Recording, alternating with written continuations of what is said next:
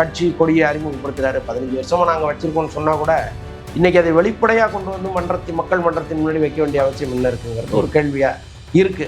அவருக்கும் நீண்ட காலமா ஒரு அரசியல் ஆசை இருக்கு தனுஷுக்கும். இன்னும் சொல்ல போனா அவருடைய நண்பர்கள் வட்டாரம் கூப்பிடுறதே அவரை சிஎம்னு தான் கூப்பிடுறாங்க. இப்போ அவருடைய சர்க்கிள் இருக்கு இல்லையா, தனுஷை சிஎம் தான் கூப்பிடுவாங்க. சுப்பிரமணிய சிவான்னா சுப்பிரமணிய சிவாவை கூப்பிடுங்கன்னு சொல்ல மாட்டார், நிதியமைச்சரை கூப்பிடுங்க. அப்புறம் கூட்டுறவுத்துறை அமைச்சரை கூப்பிடுங்கிறது, அப்புறம் சுகாதாரத்துறை அமைச்சரை கூப்பிடுங்கிறது. சீரியஸாவே அவங்களை சுற்றி இருப்பவர்கள் இப்படிதான் நீண்ட காலமா. நான் சொல்றது 6 அரசியல் வரதுக்கு மேல இருந்து எப்படிதான் நடக்குது, கிட்டத்தட்ட ஒரு 2-3 வருஷமா இப்படிதான் போயிட்டு இருக்கு. நாங்களே நம்முடைய முன்னாள் மாமனாருக்கு சமர்ப்பிக்கிற ஒரு சமர்ப்பணமா இருக்கும்னு கூட அவர் நினைச்சிருக்கலாம். பட் நினைச்சா அவரோட உதவி கிடைக்குமா ரஜினி சாரோட உதவி? ஏன்னா மனைவிக்கே உதவி பண்ண மாட்டேங்கிறாரு. இல்லைங்க, அவருக்கும் உள்ளுக்குள்ள ஒரு இது இருக்குல்ல, இவர் வந்துட்டாரு, நாம யாரை வேண்டான்னு நினைச்சோமோ அவரே வந்துட்டாரு அப்படிங்கிறதெல்லாம் ஒன்று இருக்கும். அப்போ அவருக்கு எதிராக ஒருத்தர் இறங்கும்பொழுது கட்டாயமா அவருடைய ரஜினி சார் ஆதரவு கூட தனுஷு கிடைக்கலாம். சிம்புவும் வெற்றிமாறனும் கொஞ்சம் நெருங்கி வந்துட்டு இருக்காங்க. அரசனுக்கு அப்புறம் அடுத்து இன்னொரு படம். ஆமா. இந்த நட்பினுடைய அடர்த்தி ஒவ்வொரு நாளும் அதிகமாயிட்டு இருக்கு. அது ஒரு சின்ன பொசசிவ் இருக்கு தனுஷுக்கு. அப்ப இந்த நேரத்தில் இந்த அறிவிப்பு வெளியிட்டோம்னா அது கொஞ்சம் விலகுன்னு பாக்குறாரு போல இருக்கு. அதனால உள்ள நிறைய கணக்கு, அரசியலுக்கு வர்றதுக்கு முன்னாடி அரசியல் நிறைய. ஆமா,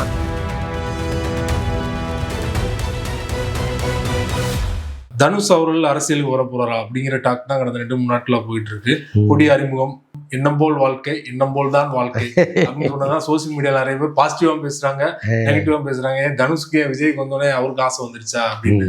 ரசிகர் மன்ற தலைவர் சுப்பிரமணிய சிவா பாத்தீங்கன்னா கொடி அது ரொம்ப நாளா இருக்குது, 15 வருஷத்துக்கு முன்னாடில இருந்தே இருக்குது, இப்போ திடீர்னு வெளியிட்டு இருக்காங்க அப்படின்னு பேசியிருக்காரு. உண்மையிலேயே அரசியலுக்கு வர எண்ணம் இருக்கா சார் தனுஷ் அவர்கள்? இல்ல, அதுக்கப்புறம் அவன் பேசுனதே நீங்க கணக்குல எடுக்கணும். அவர் என்ன சொல்றாரு, நடக்க வேண்டியது நடக்க வேண்டிய நேரத்தில் நடக்கணுங்கிறாரு. அப்போ நடக்க வேண்டியது இப்போ நடக்க போகுதாங்கிறது தான் நம்ம கேள்வியா இருக்கு. அரசியலுக்கு யார் வேணாலும் வரலாம், தனுஷ் வரக்கூடாது வரலாம்னு சொல்லுவதுக்கெல்லாம் நமக்கு எந்த அதிகாரமும் கிடையாது.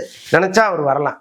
ஆனால் நான் என்ன சொல்றேன், இங்க ஏற்கனவே ஒரு நடிகர் வந்ததுனால வந்தாரு, ஜெயிச்சாரு, இங்கே 60 ஆண்டு காலமா ஆட்சி செய்த 2 கட்சிகளுமே தடுமாறி போய் நிற்கிது. அடுக்கடுக்கான குற்றச்சாட்டுகளை வைக்கிறாங்க. இது ஒரு ரீல்ஸ் ஆட்சி, சினிமாக்காரர்களை நம்ம இங்கே விட்டுட்டோம் அப்படின்னு பயங்கரமா கொந்தளிச்சுட்டு இருக்காங்க. ஆனா அவங்க ஒரு சிறப்பான ஆட்சியை கொடுத்துட்டு இருக்காங்க, அது வேற விஷயம். ஆனால் இவங்க அப்படியெல்லாம் அடுக்கடுக்கா குற்றச்சாட்டுகளை வச்சுட்டு இருக்கும்போது இன்னொரு நடிகர் ஒரு கட்சி கொடியை அறிமுகப்படுத்துறாரு. 15 வருஷமா நாங்க வச்சிருக்கோம்னு சொன்னா கூட இன்னைக்கு அதை வெளிப்படையாக கொண்டு வந்து மக்கள் மன்றத்தின் முன்னாடி வைக்க வேண்டிய அவசியம் என்ன இருக்குங்கிறது ஒரு கேள்வியா இருக்கு.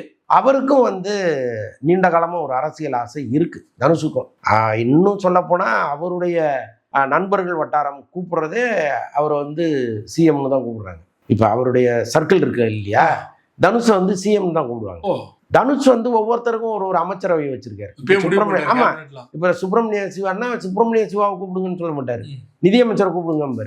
அப்புறம் கூட்டுறவுத்துறை அமைச்சரை கூப்பிடுங்கிறது, அப்புறம் சுகாதாரத்துறை அமைச்சரை கூப்பிடுங்கிறது. சீரியஸாவே அவங்களை சுற்றி இருப்பவர்கள் இப்படிதான் நீண்ட காலமா. நான் சொல்றது அரசியல் வரதுக்கு மேல இருந்து எப்படிதான் நடக்குது, கிட்டத்தட்ட ஒரு 2-3 வருஷமா இப்படிதான் போயிட்டு இருக்கு. நாங்களே வலைபேச்சில் 2-3 தடவை அந்த தகவலை சொல்லியிருக்கோம். இப்ப நண்பர்கள் வட்டாரத்துல அப்படிதான் அவங்க ஒருத்தருக்கு ஒருத்தர் பேசுறாங்க அப்படின்னு. அப்போ கூட தனுஷ் வட்டாரத்துல நம்ம கிட்ட சொன்னது என்னன்னா, சார் நாங்க சும்மா ஏதோ பண்ணுக்காக பேசிட்டு இருக்கோம், இது எதுக்கு நீங்க சீரியஸா போய் பொதுமக்கள்கிட்ட சொல்றீங்கலாம் சொன்னாங்க. ஆனால் இன்னைக்கு பாருங்க, எண்ணம் போல் வாழ்க்கை, எண்ணம் போல் தான் வாழ்க்கைங்கிறாருல, அது எங்க நின்று இருக்கு பாருங்க. இப்போ ஒருவேளை அவர் இவர் தான் சுகாதாரத்துறை அமைச்சர்னு என்னைக்கோ வேடிக்கையா சொன்னதை இன்னைக்கு நிஜமாக்குவதற்கான ஒரு முயற்சியில அவர் இறங்கி இருக்கிறாருன்னு வேணா அதை எடுத்துக்கலாம். பட் இது ஏற்கனவே விஜய் குதித்த ஆபத்தான ஒரு பெரிய ஒரு நீர்நிலை. இது அவரே இங்க உள்ள பயங்கரமா நீச்சல் அடிச்சுட்டு இருக்காரு. இதுல இவர் ஒருத்தர் என்ன பண்ண போறாருன்னு நாள் இருந்த மக்கள் அதிருப்தியை விஜய் அவர்கள் அறுவடை பண்ணிட்டு போயிட்டாரு. பண்றதுக்கு ஒண்ணுமே கிடையாது. இப்ப நீங்க விஜய்க்கு எதிரான வாக்குகளை நான் அப்படியே அறுவடை செய்வேன் அப்படின்னு அவர் நினைச்சு வந்தா கூட 15 வருஷம் ஆகும். அது ரொம்ப சொற்ப வாக்குகளா தான் இருக்கும். என்னப்பா, அவரை எல்லாருமே விரும்ப ஆரம்பிச்சுட்டாங்க. இன்னைக்கு கரூர்லாம் போயிருக்கிறாரு, போய் பார்த்தீங்கன்னா அவ்வளவு கூட்டம். அந்த ஊர்ல அவ்வளவு பெரிய துயர சம்பவம் நடந்த பிறகும் அந்த கூட்டம் அவரை பார்ப்பதற்கு முண்டி அடிக்கிற கூட்டத்தை நம்மளால ஒண்ணுமே பண்ண முடியாது. அப்படி விபத்துல இறந்தவங்க வீட்டுல விஜய் ஒரு போட்டோ தான் வச்சிருக்காங்க. அதான் சொல்றேன். ஸோ அந்த அளவுக்கு அவங்க அவரை ஒரு அப்படியே பாக்குறாங்க, ஒரு உயரத்துல வச்சு பார்த்துட்டு இருக்காங்க. ஸோ அந்த கரூர்லேயே அப்படி நடக்குதுங்கும்போது அப்போ ஒட்டுமொத்த தமிழ்நாடு எப்படி இருக்குங்கிறத நம்ம யோசிக்க வேண்டிய அவசியம் இல்லை. இந்த சூழலில் தனுஷ் எடுக்கிற இந்த முயற்சி வெற்றி பெறுமா தோல்வி அடையுமான்னு நமக்கு தெரியல. பட் ஒரு கனவோட வராரு. இன்னொன்று வந்து அவங்க முன்னாள் மாமனார் நினைச்ச இடத்த அவரால் அடைய முடியல, நான் அதை வந்து செஞ்சு காட்டுறேன் அப்படின்னு கூட அவர் நினைச்சிருக்கலாம். அது நம்முடைய முன்னாள் மாமனாருக்கு சமர்ப்பிக்கிற ஒரு சமர்ப்பணமா இருக்கும்னு கூட அவர் நினைச்சிருக்கலாம். பட் ஒருவேளை நினைச்சா அவரோட உதவி கிடைக்குமா ரஜினி சாரோட உதவி? ஏன்னா மனைவிக்கே உதவி பண்ண மாட்டேன்ட்டாரு. இல்லைங்க, அவருக்கும் வந்து உள்ளுக்குள்ள ஒரு இது இருக்குல்ல, இவர் வந்துட்டாரு, நாம வந்து யாரை வேண்டான்னு நினைச்சோமோ அவரே வந்துட்டாரு அப்படிங்கிறதெல்லாம் ஒன்று இருக்கும். அப்போ அவருக்கு எதிராக ஒருத்தர் இறங்கும் பொழுது கட்டாயமாக அவருடைய ரஜினி சார் ஆதரவு கூட தனுஷ் கிடைக்கலாம், நமக்கு தெரியாது. பட் அதற்கும் நிறைய வாய்ப்புகள் இருக்குன்னு சொல்லுவாங்க. நீங்க சொல்ற மாதிரி 3 வருஷமா சிஎம், அதுக்கப்புறம் கூட்டுறவுத்துறை, உணவுத்துறை எல்லா துறையும் வந்து சொல்றாங்கன்னா இது தனுஷ் அவருடைய விருப்பத்தின் பேர்ல தான் நடக்குது. அவரு தான் சொல்லி எல்லாரும் அழைக்கிறாங்களா? ஆமாங்க, சிஎம் சொன்னோடனே சரி ஓகே ஆளாளு நம்ம ஒரு பதவி எடுத்துக்கலாம். இல்ல அவரு சொல்லிதான் அது எல்லாமே நடக்குது. இப்ப அவரு சொல்லாம எப்படி அது நடக்கும்? அவர் தானே கூப்பிடுறாரு, சுகாதாரத்துறை அமைச்சரை கூப்பிடுறாரு.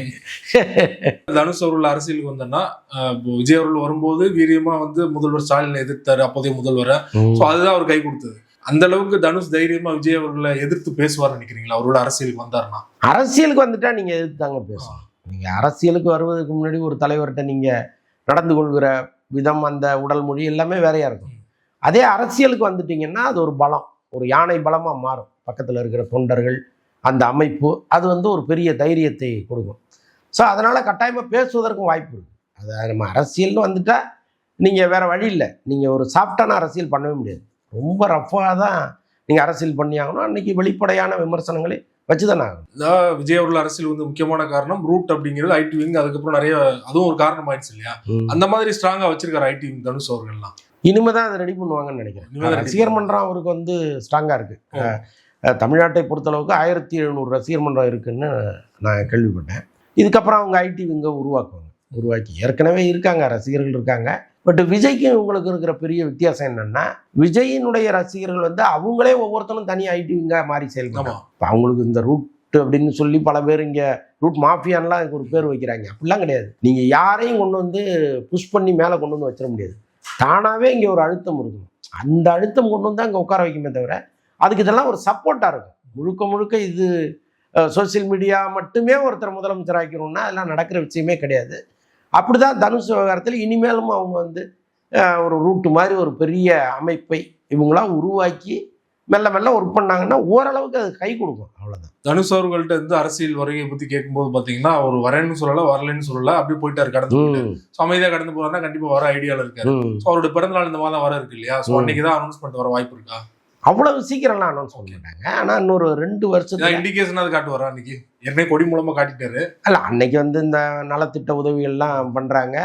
அது ஒரு பெரிய அளவு செய்தியில் வர்ற அளவுக்கு பண்ணுவாங்க. ஒரு எல்லா தொலைக்காட்சியிலையும் அது ஒரு பெரிய செய்தியாக வர்ற அளவுக்கு அந்த கூட்டம் இருக்கும். தமிழ்நாடு முழுக்க அதை திரட்டுவாங்க. கட்டாயமாக வந்து என்னமோ ஒரு பண்ண போகிறாருங்கிற ஒரு எண்ணத்தை உருவாக்குவாங்க. அதெல்லாம் இன்னைக்கு அவருக்கு தேவை. ஆரம்பிச்சு நடத்தணும்னா அதுக்கு பெரிய பண செலவாகும். அதெல்லாம் வந்து தயார் பண்ணி வச்சிருக்காரு. செலவு பண்ணணும், சம்பாதிச்ச காசெல்லாம் செலவு பண்ணணும். அது சில பேர் வந்து இருக்கிற காசெல்லாம் விட்டுட்டு போறவங்களும் இருக்காங்க. விஜய் மாதிரி ஜெயிச்சு வர்றவங்களும் இருக்காங்க. அவருக்கு என்ன தலையெழுத்துன்னு நமக்கு தெரியாது. ஆனால் இன்னொரு 2 வருஷத்துல ஒரு அரசியல் கட்சி துவங்குறதா ஒரு முடிவுல இருக்கிறதா தகவல் வருது. எனக்கு தெரிஞ்ச எப்படி நடக்கும்னா, இந்த அடுத்த பொது தேர்தல் வருவதற்கு முன்னாடி அவர் ஒரு அரசியல் கட்சி துவங்கி கடுமையாக விஜய் விமர்சனம் பண்ணி பார்க்கலாம். அப்படிலாம் ஒரு கணக்கு போட்டு வச்சிருப்பாரு. குறிப்பா இன்னொரு பக்கம் வந்து தனுஷ், இன்னொரு பக்கம் சூர்யா அவர்களும் அரசியல் ஆசை இருக்குது. அகரம் ஃபவுண்டேஷன் மூலமா வந்து எந்த எதிர்பார்ப்பு இல்லாம பல்லாயிரம் மாணவர்களுக்கு உதவி பண்ணியிருக்காரு. கண்டிப்பா அவருக்கு தகுதி இருக்கு அரசியல் வர்றதுக்கு, எந்த மாற்றம். ஆனா அவருடைய நிர்வாகி வந்து சமீபத்துல பேசினது வைரலானது. அவர் அரசியலுக்கு வராரு, மக்கள் தலைவர் அப்படிலாம் பேசினாரு. ஆனா மறுநாளே பாத்தீங்கன்னா அதுக்கு மறுப்பு தெரிவிக்கிற மாதிரி ஒரு அறிக்கை வெளியானது. ஸோ சூர்யா அவர்கள் அரசியலுக்கு ஒரு ஐடியாவில் இருக்காரு. அவரோட இது இல்லை, அவருக்கும் அந்த ஐடியா இருக்கு. பட் ரைட் டைம் இது கிடையாதுன்னு அவர் நினைக்கிறாரு. கட்டாயமாக அவரும் அரசியலுக்கு வருவார், அதில் ஒன்றும் சந்தேகம் இல்லை. இன்னொன்று வந்து இப்போ அந்த வாட்ஸ்அப் குரூப் இருக்கு இல்லையா, அவங்களுடைய ரசிகர் மன்ற வாட்ஸ்அப் குரூப்பில் அவரும் ஒரு ஃபேக் பேரில் இருக்கார். அங்கே என்னெல்லாம் டிஸ்கஷன் ஓடுது அப்படிங்கிறத அவர் கண்காணிக்கிறார். அப்படி இருக்கும்போது எனக்கு தெரியாமல் என்னுடைய நிர்வாகிகள் பேசிட்டாங்கன்னு அவர் சொல்கிறதே கொஞ்சம் வேடிக்கையாக இருக்குது. கட்டாயமாக அவர் எல்லாத்தையும் இப்போ அங்கே என்ன பேசுகிறாங்க, யார் என்ன பேசுகிறாங்க, என்ன மனநிலையோடு அங்கே வந்து உட்காடுறாங்க எல்லாமே அவருக்கு தெரியும். ஸோ அப்போ அவரும் வந்து ஒரு சரியான காலத்திற்காக இங்கே காத்துட்டு இருக்காரு. அவருக்கு வர்றதுக்கு நிறைய தகுதிகள் இருக்குது. இப்போ தனுஷோடு ஒப்பிடும்போது நீங்கள் பார்த்தீங்கன்னா சூர்யாவுக்கு ஏற்கனவே நிறைய அரசியல் கருத்துக்களை இங்கே முன் வச்சிருக்கிறாரு. இங்கே தமிழகத்திற்கு ஒவ்வாத சில விஷயங்கள் வரும் பொழுது பேசியிருக்காரு. கட்டாயமாக அவர் வந்து தன்னுடைய கருத்தை ரொம்ப வெளிப்படையாக முன் வச்சிருக்காரு. அப்போ எப்போ அரசியலுக்கு வந்துட்டாருன்னு தான் அவர் அர்த்தம். அவ்வளோ தைரியமாக ஒரு கருத்தை அவர் சொல்லும் பொழுது அரசியலுக்கு அப்போவே வந்துட்டாருன்னு தான் நம்ம அதை எடுத்துக்கணும். அதனால் இப்போ தனுஷை பார்த்தீங்கன்னா அப்படிலாம் எந்த கருத்தையும் இது வரைக்கும் சொல்லாதவர். திடீர்னு வரணும்னு ஆசைப்படுறாரு. பட் தனுஷா சூர்யாவான்னு நீங்கள் பார்த்தீங்கன்னா சூர்யா வருவதற்கு கட்டாயமாக வாய்ப்பு இருக்குது. வந்தாலும் சரியாக இருக்கும். சமீபத்தில் ஒரு பத்திரிகையாளர் பேசும்போது பார்த்தீங்கன்னா தனுஷ் அவர்களுக்கு ரொம்ப நாள் அரசியல் ஆசை இருக்குது. ஆனால் இப்போ அவரை வந்து பேக்கப் பண்றது பார்த்தீங்கன்னா உதயநிதி தான் பண்றாரு. 2-3 படங்கள் அவர் சரியா போகல, இட்லி கடை, ராயன் அப்படிலாம். ஸோ அடுத்து இன்பன் வச்சு உதயநிதி அவர் மகனை வச்சு இவர் வந்து ஒரு படம் இயக்க போறாரு. இல்லைங்க அப்படிலாம் ஒரு தகவல் வந்துட்டு இருக்கு. இன்பன் அது தவறான தகவல். நேற்று கூட சவுக்கு சங்கர் அதை சொன்னாரு. அவரு கொஞ்சம் ஏதோ தெரியாம சொல்லியிருக்காருன்னு நினைக்கிறேன். இன்பன் உதயநிதியை வைத்து மாரி செல்வராஜ் தான் படம் இயக்குறாரு. ஆமா, அது வந்து இவர் கிடையாது, வெற்றி தனுஷ் கிடையாது. தனுஷ் வந்து அவருடைய மகன் யாத்ராவை வச்சு ஒரு படம் பண்றாரு. யாத்ரா ஹீரோவாக நடிக்க தனுஷ் டைரக்ட் பண்றாரு. அவர் வந்து இன்பனை வச்சு படம் பண்ணி பேக்கப்ல உதயநிதி இருக்காருன்னு சொல்லிட்டு அதையும் சேர்த்து சொல்றாரு இல்லையா? அது எப்படி? அது எவ்வளவு உள்ளாட்சி தேர்தலில் வந்து போட்டிடுறதுக்கு வந்து இவர் மூலமா அவர் பண்ற ப்ராக்சியா வந்து இருக்காரு. இல்ல அதுக்கெல்லாம் அது திமுகவுக்கே வந்து பின்னடைவா மாறும் இல்லையா? இப்ப பாருங்க, விஜய்க்கு எதிரான வாக்குகளை தனுஷ் அப்படி கொண்டு போயிட்டாருன்னா அது அந்த வாக்குகள் போய் சேர வேண்டிய இடம் திமுக தானே. அப்போ திமுகவுக்கு போகிற வாக்குகளை தானே தனுஷ் பிரிப்பார். அப்போ அது அவங்களுக்கு பேக் ஃபயராக மாறும். ஸோ அந்த தவறை உதயநிதியும் செய்ய மாட்டார், தனுஷுக்கும் அது அவசியம் இல்லை. தனுஷ் இண்டிவிஜுவலாக முயற்சி பண்ணுறாரு. சமீபத்தில் வந்து தனுஷ் அவர்கள் ஒரு போஸ்டர் பண்ணியிருந்தார். அதில் பார்த்தீங்கன்னா டிவின்னு போட்டிருந்தாரு. தனுஷ் அவர்கள் புரிஞ்சுக்க முடியுது. வீணா யாரு, ஹெச் வினோதா அப்படின்னு பல இயக்குநர்கள் பேர் வீழ ஆரம்பிக்கிறத சோசியல் மீடியாவில் பேசிட்டு இருந்தாங்க. இன்னொரு பக்கம் வந்து வெற்றிமாறனா இருக்க கூட வாய்ப்பு இருக்கு. ரொம்ப நாளா வந்து இணைய போறதா சொல்றாங்க. வடசென்னை 2 பெண்டிங்ல இருக்கு, நிறைய சொல்றாங்க. யார் சார் அந்த வெற்றிமாறன் தானா? வெற்றிமாறன் தான். ஓகே, என்ன காரணம்னா இப்போ இன்னொன்று வந்து ஒரு பட அறிவிப்பு தானே, அதை நீங்கள் வெளிப்படையாக சொல்லிட்டு போகிறதுல என்ன கெட்டு போச்சு? ஒன்றும் கிடையாது. ஆனால் ஏதாவது ஒரு பூடகமாக தொடர்ந்து கொஞ்சம் கொஞ்சமாக அதை ரிவீல் பண்ணிக்கிட்டே இருக்காங்க. அதில் என்னன்னு நமக்கு புரியவே இல்லை. என்ன ப்ரொமோஷனை இப்போ அதுக்கு என்ன அவசியம் இருக்குது? நடுவில் வந்து ராஜ்குமார் பெரியசாமி படம் ஒன்று இருக்குது, அதை ரிலீஸ் பண்ணிட்டு தான் இந்த படத்தை அவங்க கை வைக்க போகிறாங்க. அப்போ நீங்கள் யோசிச்சு பார்த்தீங்கன்னா அது என்றைக்கோ வரப்போகிற படம். இன்னொன்று அரசனை முடிச்சுட்டு ராஜன் வகைராவை முடிச்சுட்டு அப்புறம் தான் அவர் இங்கே வரணும். அப்போ நிறைய காலங்கள் இருக்குது. இவ்வளவு ஏழியராக அது நீங்கள் சொல்ல வேண்டிய அவசியம் என்ன இருக்குன்னு நமக்கு புரியவே இல்லை. அதான் ஒரு தேவையில்லாத ரசிகர்கள் மத்தியில் இதுவாக இருக்குமோ அதுவாக இருக்குமோன்னு ஒரு ஹைப்பை கிரியேட் பண்ணுறாங்க. அது தேவையில்லாத ஒன்று. வெற்றிமாறன் தான் அந்த படத்தை பண்ண போகிறாரு. நான் என்ன நினைக்கிறேன்னா, இப்போ இந்த 2 படத்தையும் முடிச்சுட்டு வெற்றிமாறன் வந்து சூர்யாவினுடைய வாடிவாசலுக்கு போகிற மாதிரி ஒரு தகவல் இருக்குது. ஓகே, அது வேண்டான்னு நினைக்கிறாரு. பிரச்சனைன்னா இப்போ ஏற்கனவே ஒரு வாங்கின அட்வான்ஸுக்காக இந்த 2 படத்தையும் பண்ணுறாரு. பண்ணி முடிச்சிட்ட பிறகு வாடிவாசலை வச்சு அவரு பணம் வாங்கியிருக்காரு தானுஷர். அவர் வந்து ஓடிடி நிறுவனத்துக்கு அந்த படத்துக்கு அதுக்காக அரசன் பண்ணி கொடுக்குறதா சொன்னாங்க. இல்லை, நீங்கள் வாடிவாசல் பண்ணி தானே ஆகணும். சூர்யா பிஸ்னஸ் வேற, சிம்பு பிஸ்னஸ் வேற இல்லை.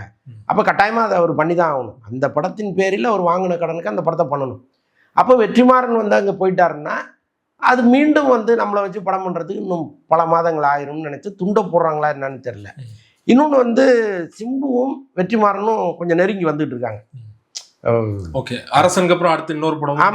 ஆமா இல்ல நெருங்கி வந்துட்டு இருக்காங்க. அந்த நட்பினுடைய அடர்த்தி ஒவ்வொரு நாளும் அதிகமாயிட்டு இருக்கு. அது ஒரு சின்ன பொசசிவ் இருக்கு தனுஷுக்கு. அப்ப இந்த நேரத்தில் இந்த அறிவிப்பை வெளியிட்டோம்னா அது கொஞ்சம் விலகுன்னு பாக்குறாரு போல இருக்கு. அதனால உள்ள நிறைய கணக்கு, அரசியலுக்கு வர்றதுக்கு முன்னாடி அரசியல் நிறைய கணக்குகள் இருக்கு.